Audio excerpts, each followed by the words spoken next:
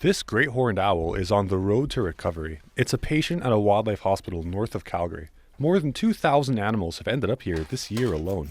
Many of them were brought in after being hit by cars, others after being attacked by domestic cats and dogs. We have seen an upward trend in the number of patients coming in pretty much since the pandemic began. And at first it was, we could attribute that to people are staying home more often, they're seeing wildlife, they're spending time in nature because they can't really do a whole lot of else during lockdown.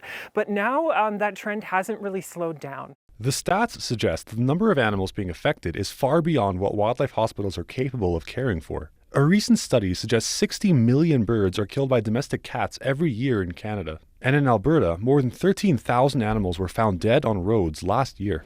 And experts say those numbers could very well go up as urban development in southern Alberta keeps expanding into natural areas. You hear a lot about collisions between animals and cars, and especially on highways, on multi-lane highways that are blocking migration routes, and also trains.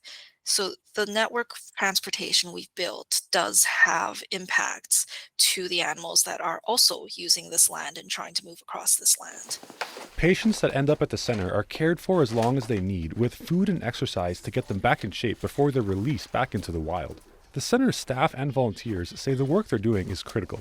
For Albertans who aren't aware, the wildlife conflict is on the increase, and we are taking up more and more wildlife space. And so if we're able to tip the scales, and for every wild animal that doesn't make it, that doesn't survive an interaction with people, we are able to give a second chance to another animal of the same species.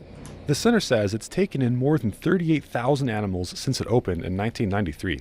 Amir Saeed, CBC News, Madden.